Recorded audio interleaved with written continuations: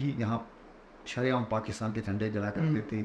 जब हम धारा 370 हटाने की बात करते थे, वो कहते थे कि वही नाम लेवा नहीं होगा भारत का झंडा उठाने। कांग्रेस पार्टी अक्सर ये इल्ज़ाम लगाती है बीजेपी पे 370 हट गया, लेकिन वो कहते हैं कि अटैक्स तो जम्मू में हो रहे हैं। अब उनको आप क्या जवाब देंगे?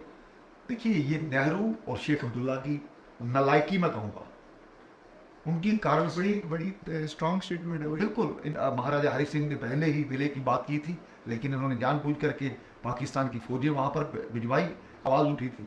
सोनिया गांधी ने वो म्यूजियम से सभी जवाहरलाल नेहरू के पत्र उठवा दिए थे। और भारत जब आज़ाद हुआ तब हम एक बड़ी ही गरीब देश थे, हमारी बहुत सारी चीज़ें बन रही थी, तो उस वक्त कहीं ना कहीं उन्होंने भी कुछ योगदान देश को बनाने नहीं, ऐसा नहीं है। जो वोट मिलते हैं सरदार पटेल को और प्रधानमंत्री बनता है नेहरू, कांग्रेस जाता है। सरदार पटेल तो 1952 की इलेक्शन से पहले उनका निधन हो गया। नहीं, इतिहास में गलतियां तो हुई। अभी का खून है शामिल, लकी कुर्बानियाँ सबकी, कि हमने हड्डियों को जोड़ के भारत बनाए। तो लेकिन जैसे नथुराम गोडसे की बात की आपने, तो उन्होंने देश के जिसको हम राष्ट्रपिता मानते हैं उनको गोली मार के हत्या की, तो वो तो एक गलत है। देखिए साहब की कुछ स्पीचेज और कुछ इंटरव्यूज सामने बने, उसमें उन्होंने बोला है कि बीजेपी हाथ दोगे बस 2 से 3 फैमिलीज के पीछे पड़ गए हैं। क्यों नहीं पड़ेंगे? मैं विरासत में दिला दूं उनको। एक सवाल ये भी है कि या अगर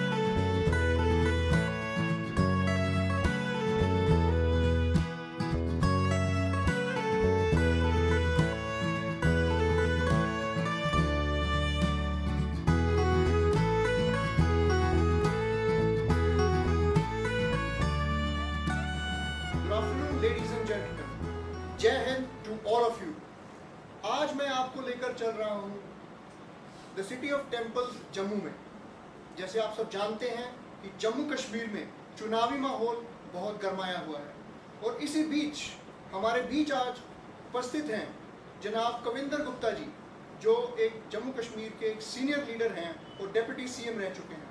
हम इनसे जानने की कोशिश करेंगे कि जम्मू कश्मीर का चुनावी माहौल किस तरह से उभर कर आ रहा है और किस पार्टी को ज़्यादा एडवांटेज है, और जो ज़मीनी मुद्दे हैं जिसके ऊपर भारतीय जनता पार्टी लड़ रही है, इस पे इनका क्या स्टैंड है, वो हम कविंदर गुप्ता जी से जानने की कोशिश करेंगे। Welcome to the podcast sir. तो सर, हम सबसे पहले आपके व्यक्तित्व के बारे में जानना चाहेंगे। आपका बचपन किस तरह से रहा, आपके माता पिता के बारे में, और आपका जो इनिशियल जो स्कूलिंग था या एजुकेशन वो किस तरह का रहा? देखिए, मैं बेसिकली जम्मू कश्मीर से बिलोंग करता हूँ। हमारा जो पुराना गांव है, खैर मैं तो नहीं उसमें रहा, ये बड़ी ब्राह्मणा के पास समैलपुर है, वहाँ का रहने वाला हूँ। मेरा बेसिक जो बर्थ है अखनूर का। तो मेरा भी होम टाउन है। मेरे पिताजी पोस्ट एंड टेलीग्राफ डिपार्टमेंट हुआ करता था उस वक्त, उसमें सर्विस करते थे। एक ऑफिसर होने के नाते स्वाभाविक बात है कि हमारी जो ज़्यादा हर 3 साल बाद ट्रांसफ़र हो जाती थी। पंजाब के काफ़ी शहरों में हम रहे, संगरूर, फिरोजपुर, लुधियाना, गुरदासपुर, इस तरह से शिमला में, अम्बाला में, अलग अलग जगह पर रहने का हमें मौका मिला। तो मेरी सारी स्टडी पंजाब में हुई है, और शुरू से ही मैं राष्ट्रीय स्वयंसेवक संघ का एक स्वयंसेवक हूँ। और खास करके मैं शाखा वगैरह में तो जाता था, लेकिन 1975 में जब एमरजेंसी इंदिरा गांधी ने लगाई थी, तो उस वक्त हम भी इंदिरा गांधी के खिलाफ पोस्टर लगाया करते थे। सब किया। मैं इमरजेंसी का कोई वाकया आपको याद है? किस तरह का? देखिए मैं ऐसा है, वो जुल्मों तशद्दुद का ज़माना था, सभी बड़े नेता जेल में थे, मुझे भी 13 महीने जेल में रहने का मौका मिला। मैं भी तब आप कितनी उम्र रही? मेरी 13 साल की आयु थी तब। तो मैं पटियाला में और गुरदासपुर में 2 जगह जेल में रहा, तो उसके साथ लगा था। फिर उसके बाद जब कॉलेज में गए तो विद्यार्थी परिषद में काम करना शुरू किया। पंजाब विद्यार्थी परिषद का मैं सेक्रेटरी रहा हूँ।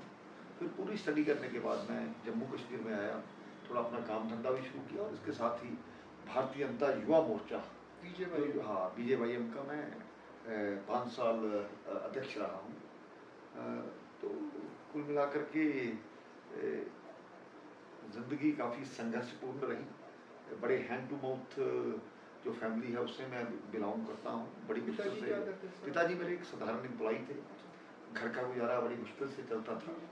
हम 5 भाई बहन थे, तो कुल मिलाकर के मैं बीच में हूँ, और संघर्ष का करने का मौका मिला, बिजनेस में भी, वैसे भी, राजनीति में भी। सर, और मैं अपने आप को पिताजी का अगर नाम और माताजी का नाम बताएं। मेरे पिताजी श्री बिंद्रावन गुप्ता, उनकी डेथ 96 में हो गई थी। मेरे माता जी श्रीमती जनक दुलारी, उनकी भी 96 में, पिताजी से 40 दिन पहले डेथ हो गई थी।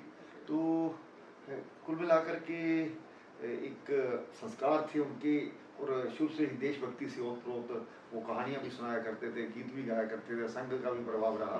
तो मैं लगातार राजनीति में मैंने काम किया, और मैं अपने आप को सौभाग्यशाली समझता हूँ। जम्मू का पहला मेयर बनने का मुझे मौका मिला, और 3 बार मुझे मेयर बना, लेकिन माइनॉरिटी में रह करके। तब ना तो हमारे पास संख्या बल था, लेकिन उसके बावजूद मुझे 3 बार दूसरी पार्टियों के लोग भी वोट डाला करते थे। इसके साथ ही जम्मू कश्मीर विधानसभा का स्पीकर बनना, और उससे पहले मैंने विधानसभा के अंदर घुस के कभी देखा नहीं था। सीधा स्पीकर की कुर्सी पर बैठा था। इसी तरह से एक दिन पार्टी के माननीय अध्यक्ष श्रीमान अमित शाह जी का फोन आता है कि आपका दायित्व बदला जा रहा है। मैं अपने आप को सौभाग्यशाली समझता हूँ, पार्टी ने मुझे दिया है, मुझे मांगने की जरूरत नहीं पड़ी। तो एक अच्छा राजनीतिक करियर रहा। तो आज भी मैं ये समझता हूँ कि जो कुछ भी अगर मेरा नाम है, तो उसमें पार्टी का बड़ा सहयोग है, मेरे माता पिता के संस्कार है, उनका आशीर्वाद है। इन सभी चीज़ों को लेकर के कोशिश करते हैं कि राजनीति में आदर्श काम करने का कोशिश करें। राइट। जैसे आपने बताया कि आप स्टूडेंट पॉलिटिक्स में भी इन्वॉल्व थे, संघ के साथ भी आपका एसोसिएशन था, और अगर जम्मू कश्मीर की बात करें, अब धारा 370 और 35A को हमारी बीजेपी की सरकार ने हटाया, उसके बाद आप क्या समझते हैं किस तरह की तब्दीली आई है? क्योंकि जैसे हम देखते हैं पत्थरबाजी के कुछ इंसिडेंट्स में कमी आई है, कुछ ऑर्गेनाइज हड़तालों में आई है, लेकिन दूसरी तरफ हम ये भी देखते हैं कि जो जम्मू में जो मिलिटेंसी का रिवाइवल, कश्मीर में बेशक कुछ हद तक उस पर लगाम कसी है सरकार ने सिक्योरिटी फोर्सेस के बल से, बट जम्मू में पिछले 2-4 महीने से जो कुछ कोऑर्डिनेटेड अटैक्स हो रहे हैं, जैसे रियासी का अटैक हो गया या बाकी सब भी, आप इसको किस तरह से देखते हैं कि एक तरफ कश्मीर में कंट्रोल आया है और जम्मू में उन्होंने अपनी कमान संभाल ली? देखिए, ऐसा नहीं, ऐसा है कि कुल मिलाकर के मिलिटेंसी पिछले 35-40 वर्ष से पीक पर है। तो लेकिन जिस प्रकार से कंट्रोल उस पर किया गया, पत्थरबाजी होना, 2-2 महीने बंद रहना, हमने करीब से देखा है हिंदुओं को वहाँ से उजाड़ करके किस प्रकार से आए। 1989 से लगातार मैं कश्मीरी पंडितों के साथ भी जुड़ा रहा हूँ। जब वो आए, उनका विस्थापन हुआ, तो उनके साथ किस प्रकार से उनको बसाना है, उसमें भी एक एक्टिव रोल हमने निभाया था। तो आज जो ये नहीं कहा जा सकता, कश्मीर में 99% पत्थरबाजी खत्म हो गई है, और आज उन लोगों के मुंह पर तमाचा है जो ये कहते थे कि यहाँ शरेआम पाकिस्तान के झंडे जला करते थे। जब हम धारा 370 हटाने की बात करते थे, वो कहते थे कि कोई नाम लेवा नहीं होगा, भारत का झंडा उठाने वाला कोई नहीं होगा। आज मेरे प्रधानमंत्री की योग्यता के कारण से, आज हमारी सरकार की योग्यता के माध्यम से बड़ा अच्छा एक माहौल बना है। जहाँ तक मिलिटेंसी का सवाल है, आज वो कैलेंडर जारी नहीं होते, आज हुर्रियत और जमात जैसे संगठन वहाँ पर एक्टिव नहीं, उनका मुंह बंद करके रखा हुआ है। मस्जिदों जम्मू में जो जैसे, देखिए मैं बताता हूँ, ये पाकिस्तान प्रायोजित मिलिटेंसी है। बहुत से ओवरग्राउंड वर्कर, अंडरग्राउंड वर्कर आज भी उनके यहाँ पर हैं। तो उन्होंने अपना स्थान बदला है, तरीका बदला है। पहले AK-47 दूसरी चीज़ें लेकर के हमले हुआ करते थे, लेकिन जब उनको रोका गया, आज छोटी पिस्टल के साथ कहीं भी किसी भी व्यक्ति, देखिए अमेरिका में M4 कार्बाइन भी कुछ पाई गई। देखिए बड़ा ऐसे हथियारों का भी अलग तरह से उनको भी करना। अभी आपने देखा कि ये जो लेबनान में हुआ है, लेबनान में उसमें वो जो पेजर बम, दूसरे बम, नए नए तरीके अपनाए जाते हैं। मैं काफ़ी सरकार ने प्रयत्न किया है, कोशिश की है, सुरक्षा बलों ने बहुत अच्छा काम किया, अपने शहादत देकर के काम किया है, लेकिन जम्मू की तरफ उन्होंने बढ़ने का प्रयास किया। उसी हिसाब से हमें अपने सुरक्षा बलों पर विश्वास होना चाहिए, जिन्होंने इतने बड़े ये जो विपदा से हमें निकाल करके आज यहाँ लाया है, इसको भी संभाल लिया जाएगा।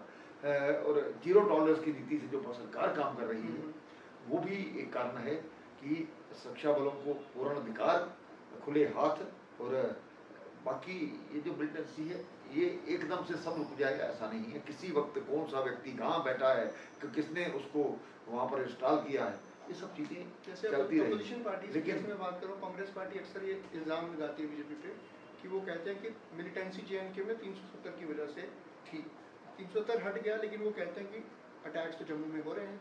अब उनको आप क्या जवाब देंगे?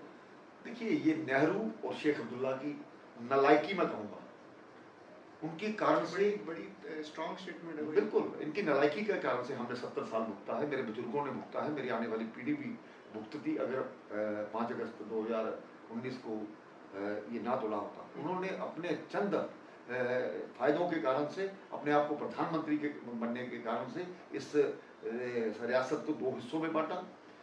महाराजा हरि सिंह ने पहले ही विलय की बात की थी, लेकिन उन्होंने जानबूझ करके पाकिस्तान की फौजें वहाँ पर भिजवाई।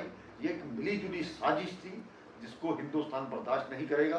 आज भी आपको परसों एक आवाज़ उठी थी, सोनिया गांधी ने वो म्यूजियम से सभी जवाहरलाल नेहरू के पत्र उठवा दिए थे और दोबारा किसी जो उसका मेंबर है, प्राइम मिनिस्टर मेमोरियल म्यूजियम के जो मेंबर्स रहते हैं, मुझे उनका कादरी साहब को मुझे याद नहीं आ रहा नाम, परसों ही डिमांड की गई है कि वो पत्र वापस करें। नेहरू ने इस देश के साथ, नेहरू को कैसा लीडर देखे? क्योंकि देखिए सर, मैं एक छोटी सी सबमिशन है कि जैसे भारत जब आज़ाद हुआ तब हम एक बड़ी ही गरीब देश थे, हमारी बहुत सारी चीज़ें बन रही थी, तो उस वक्त कहीं ना कहीं उन्होंने भी कुछ योगदान देश को बनाने में ऐसा नहीं है जो सत्ता में बैठा होगा कुछ ना कुछ तो करेगा, नहीं तो और ज्यादा नालायक सिद्ध हुआ। कैसे आंकलन करते हैं? आप देखिए, कहीं ना कहीं गांधी जी के नेहरू प्रेम के कारण से ये सब चीजें बिगड़ी। मुझे इसमें कहने में कोई हर्ज नहीं है। वोट मिलते हैं सरदार पटेल को और प्रधानमंत्री बनता है नेहरू। कांग्रेस के प्रेसिडेंट के लिए वोट पड़ते हैं सुभाष चंद्र बोस को, लेकिन उसको निकाल करके दूसरा बनाया जाता है। सरदार पटेल तो 1952 की इलेक्शन से पहले उनका निधन हो गया था। नहीं, मैं उस कांग्रेस प्रेसिडेंट की मैं बात करता हूँ। इससे पहले भी कांग्रेस प्रेसिडेंट 1947 में भी 1947 में भी जब प्रधानमंत्री बनने की बात आई थी, 567 रियासतों को सरदार पटेल ने फैसला किया था। लेकिन एक रियासत, इंटरिम गवर्नमेंट, एक रियासत थी जिसका फैसला नेहरू ने किया, जिसके कारण से आतंकवाद, भ्रष्टाचार, परिवारवाद, ये नेहरू और शेख का जो रिकॉर्ड था। शेख अब्दुल्ला साहब पे वो भी अक्सर इल्जाम लगाया जाता है कि वो उन्होंने महाराजा हरि सिंह जी को, जिनका कल ही जन्म दिवस था, उनको स्टेट से बाहर रखा, वो एक्साइल में बॉम्बे में रहे। देखिए बिल्कुल ये एक नेहरू की चाल थी, साजिश थी। क्या रीजन, कारण क्या होगा इसके? देखिए कारण था कि वो जिन्ना के साथ भी उनका समझौता था, ये इसके शेख अब्दुल्ला के साथ भी था कि मैं तेरे को ये दूंगा, तेरे को ये रियासत सौंपूंगा। और दूसरी तरफ देखिए उनको कोई इसका दुख नहीं हुआ कि भारत को बांटा गया। कुंवर करण सिंह जी को सदर रियासत भी बनाया गया, एक तरफ उनके पिताजी को। तो ये इसको दोनों मतलब अगर आप समझ, कंट्रोवर्सी में नहीं जाऊंगा, इतिहास में गलतियां तो हुई, इतिहास में गलतियां तो हुई। अगर ये गलतियां ना हुई होती तो शायद हम कहीं और होते। 1947 में देश का बंटवारा नहीं होता और उसके बावजूद भी ये लंबी कहानी है। नथुराम गोडसे ने भी गांधी जी पर जो एक फिल्म भी आई थी, उसको भी मैं किसी के सपोर्ट नहीं करता, लेकिन मैं ये जरूर कहूँगा, ये जो दे दी हमें आज़ादी बिना खड़ग बिना डाल, साबरमती के संत तूने कर दिया कमाल। गांधी जी के प्रति मेरा पूरा सम्मान है, लेकिन ये आज़ादी बिना खड़ग बिना ढाल के नहीं मिली है। पर इसके लिए कंट्रीब्यूशन को हम नकार तो नहीं सकते, किसी को नकार नहीं सकता, हिंसा का एक अपना रोल था। लेकिन उसके बावजूद ये जो ये अपने सुभाष, भगत सिंह, चाफेकर बंधु, वीर सावरकर, सभी ने इस देश के लिए कुर्बानियां दी है। ये उस वक्त शुरू हुआ था जब गुरु गोविंद सिंह जी ने अपने 4 लाल वारे थे। उसके बाद ये वीर हकीकत राय ने अपनी गर्दन कटवाई थी। ये सिलसिला तब से चलता रहा है। 4 पंक्तियां है ना कि सभी का खून है शामिल, लगी कुर्बानियां सबकी, कि हमने हड्डियों को जोड़ के भारत बनाया।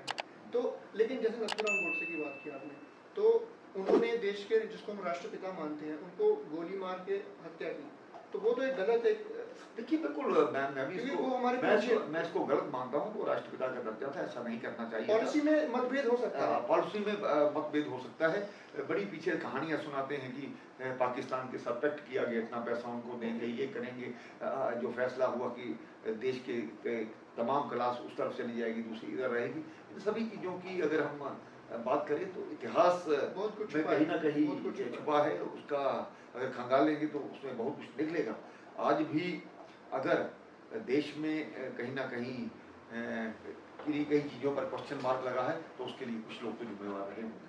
सर हम 1990 में आते हैं कि जब 1987 और 79 के बीच में जो चुनाव भी हुए थे, तो अगर वो रिगिंग ना हुई होती तो शायद आज जम्मू कश्मीर में मिलिटेंसी, क्योंकि जो मफ बनी थी, मुस्लिम यूनाइटेड फ्रंट बना था, अगर उसको रिगिंग से करके सरकार से बाहर ना रखा जाता, तो क्या आप समझते हैं कि आज देखिए- जम्मू कश्मीर की दशा और दिशा देखिए को- आज भी 5 अगस्त 2019 से पहले आज इलेक्शन में इतनी 60% 61% वोट पड़ रही है ना। ये पिछले ये पॉजिटिव कुछ लोग थे, ये जो जमायत के थे, हुर्रियत के, उनसे ये अपना बाइकआउट करने का जो एक निर्णय लिया जाता था, यही लोग करवाते थे। या 2000 वोट लेकर के एमएलए बन जाते थे, 5000 वोट लेकर के भारत की संसद में बैठ जाते थे। ये इनकी एक साजिश हुआ करती थी। अब लोगों को जब अधिकार, लोगों को डराया जाता था, अब लोग शरेआम बाहर निकलते हैं, लोकतंत्र में विश्वास करते हैं। भारतीय जनता पार्टी ने पहली बार यहाँ पर डीडीसी बीडीसी क्या होता है, यहाँ तो हमें पता ही नहीं था कि जिला परिषद नाम की कोई चीज होती है। पूरे देश में 13 बार इलेक्शन हो गए, हमारे यहाँ पर लोकल बॉडीज के पंचायतों में 4 बार इलेक्शन हुए। तो ये गलत है। कुछ लोगों ने सत्ता अपने हाथ में रखने का प्रयास किया है। लेकिन सर बीजेपी पे अक्सर अभी इल्जाम, उमर साहब की कुछ स्पीचेस और कुछ इंटरव्यूज हमने सुने, उसमें उन्होंने बोला है कि बीजेपी हाथ धो के बस 2 से 3 फैमिलीज के पीछे पड़ गए हैं। क्यों नहीं पड़ेंगे? विरासत में मिला है उनको सब उनका कुछ। एक सवाल ये भी है कि या अगर मेरी तरह संघर्ष करके आए होते तो उनको पता होता कि बीजेपी का सेक्युलरिज्म सिर्फ मतलब जो बनिहाल के इस तरफ है, क्योंकि इधर अब बीजेपी पीडीपी से भी हाथ मिला लेती है, बट उनको क्रिटिसाइज। देखिए मैं उनको कहना चाहता हूँ, ये उमर साहब वो सेक्युलरिज्म कैसे फैलता, सभी जो हिंदुओं को आपने निकाल करके वहां से कश्मीर से बाहर कर दिया, और आप सेक्युलरिज्म की बात हमें सिखाते हो, ये गलत है। और ये शेख अब्दुल्ला और ये जो मुफ्ती की फैमिली है, आज भी मैं इनको नकारता हूँ। इनके कारण से भी ये जो पाकिस्तान से सौदा करते हैं, आज भी इनके जो मैनिफेस्टो हैं उसमें पाकिस्तान की वकालत की गई है। पाकिस्तान के रक्षा मंत्री ने कुछ दिन पहले जब अपनी इंटरव्यू दी है, उन्होंने कहा कांग्रेस और नेशनल कॉन्फ्रेंस तो हमारा एजेंडा वहां पर लागू कर रहे हैं। तो इनकी मिली भगत है। ये पाकिस्तान में जाते हैं, पहले भी इनके पिताजी अमानुल्लाह खान से मिला करते थे। ये सब एक ही थैली के चट्टे बट्टे। फारूक साहब ने एक बयान दिया है कि पाकिस्तान से भी बातचीत होनी चाहिए। आप कौन होते हैं बात करने वाले? आपके नाम पास वो तो ये भी कहते हैं कि करेगी तो केंद्र की सरकार, बट करनी चाहिए। हमने उनके साथ बड़े हाथ बढ़ाए हैं, लेकिन पाकिस्तान ने हमेशा पीठ में खंजर घोंपा है। पाकिस्तान अपने अंदर मिलिटेंसी को बढ़ावा जब देना बंद कर देगा, जब पूरे विश्व में उसको एक टेररिस्ट कंट्री माना गया है, आज भी अपने देश में ही उनके खिलाफ आवाजें उठ रही हैं। इकोनॉमिक क्राइसिस है, वहाँ पर ना तो खाने को भूखमरी पड़ी है, सरकार नाम की कोई चीज नहीं है। ISI, ये मिलिटेंट ऑर्गेनाइजेशन, सरकार, मिलिट्री, इंडिया कश्मीर पे पॉलिटिक्स करके ही उनका गुजारा होता है। उनका यही धंधा है। जो बड़े ऐसे जनरल ऐसे जो अमेरिका में ऐसे देश ज्यादा देर सर्वाइव नहीं करते। कौन प्रधानमंत्री, कब किसको फांसी लग जाएगी, किसको जेल में डाल दिया जाएगा, इस प्रकार के इसको लोकतंत्र नहीं कहा जा सकता। ये सेना ISI के बलबूते पर थोड़ी देर के लिए बनते हैं इनकी। मैंने तो प्रधानमंत्रियों को फांसी लगते भी देखा है। ये कैसा लोकतंत्र है? पाकिस्तान से ये मुकाबला करते हैं। अगर इनको बड़ा पाकिस्तान पसंद है, वहां जाकर के रहे तो सही, फिर इनको पता चलेगा कि पाकिस्तान हिंदुस्तान में ऐश कर रही हो। हिंदुस्तान में जो इलेक्शंस हैं, जमहूरियत है, वो फौज की निगरानी के तले होती है, जबकि पाकिस्तान में वही फौज जमहूरियत का ही गला तोड़ती है। बिल्कुल इस चीज को समझना होगा। विश्व का सबसे बड़ा लोकतंत्र आज तभी सर्वाइव कर रहा है। यहाँ साधारण व्यक्ति भी प्रधानमंत्री बन सकता है, और बिल्कुल जमीनी स्तर का व्यक्ति वहाँ पर जाकर बैठता है। हमारी जम्मू कश्मीर की शीतल देवी ने वहाँ जाके मेडल जीत के आई है। बिल्कुल सारा प्रदेश हिंदुस्तान का पिछले 10 साल में बदला है। वो व्यक्ति, हमारी जो भारतीय जनता पार्टी की पॉलिसी है, पंडित दीनदयाल उपाध्याय जो हमारे आर्थिक, पर सर इसमें कुछ अच्छी भी चीजें हैं, लेकिन कुछ लोगों के बीच में रोष भी रहा है पिछले कुछ दिन से कि एक बिजली के मीटरों को लेके लोग सड़कों पे उतरे। मतलब मैं जो लोगों की जेन्युइन, जैसे यूथ हमारा, देखिए देश का 65% युवा यूथ है, मतलब जो पॉपुलेशन है, तो उनको हम रोजगार मुहैया कराना, उनके लिए अच्छे एवेन्यूज क्रिएट करना, अपस्किलिंग करना हो रहा है, लेकिन कहीं ना कहीं तो आप भी मानेंगे कमी है। ताकि तभी तो यूथ अग्निवीर को स्कीम लेके भी लोग काफी नाराज हुए। तो आपको क्या कहना है? ये बहुत बड़ा प्रोपेगेंडा है अग्निवीर। राजनाथ सिंह जी मैं आपको ये कहना चाहता हूँ, जब देश में कुछ आवाज उठती है तो कुछ ना कुछ उसका हल निकाला जा सकता है। अग्निवीर आज इजराइल का हर व्यक्ति ये जो फौज की ट्रेनिंग लेता है, तभी तो वो पूरे विश्व में अपने आप को वो बना हुआ है। उसका कंसेप्ट ये है था Conscription कि का concept। कोई व्यक्ति खाली ना रहे, जो भी ट्रेनिंग लेना चाहता है फौज में 4 साल वो रहना चाहता है, उसको रोजगार की कोई मनाही नहीं, उसके बाद करना चाहता है तो करे, नहीं करना चाहता तो उसके लिए 36-40% नौकरियां रिजर्व रखी गई हैं। लेकिन हमारे ये जो अपोजिशन के लोग नहीं चाहते कि हमारा भारत मजबूत हो। यहाँ का नौजवान, अरविंद केजरीवाल जी को आप कैसा लीडर समझते हैं?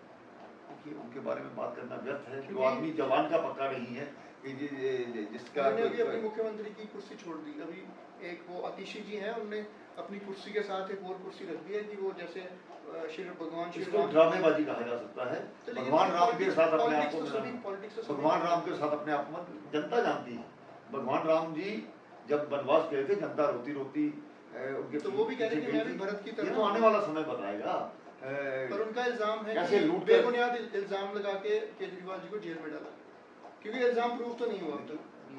हिंदुस्तान की अदालतों में लंबे केस चलते हैं। कुछ उनका पॉलिटिकल फ्यूचर क्या देखते हैं आप केजरीवाल जी? केजरीवाल जी को लोगों ने समझा है, जाना है, जान लिया है। अब आने वाले देखिए, इनको पूरी की पूरी जिस सरकार की कैबिनेट जेलों में रहे वो आज भी जमानत पर बाहर, तो उसके बारे में क्या कहा जा सकता है। सर इसके साथ ही हमने अभी जो लोकसभा चुनाव हुए, मोदी जी तीसरी बार प्रधानमंत्री बने, पर मैंडेट थोड़ा कम हो गया। 240 सीटें बीजेपी ला पाई और गठबंधन की सरकार हुई। दूसरी तरफ हम देखें, राहुल गांधी जी ने के नेतृत्व में 99 सीटें, उन्होंने अपना आंकड़ा डबल किया। तो वो एक बड़े कॉन्फिडेंस से उभर के आ रहे हैं कि देखिए 1984 में जब इंदिरा गांधी का मर्डर हुआ था, 2 से हम 300 तक पहुंचे हैं। ये हमारी काबिलियत है, हमारा विश्व की सबसे बड़ी पार्टी है हम।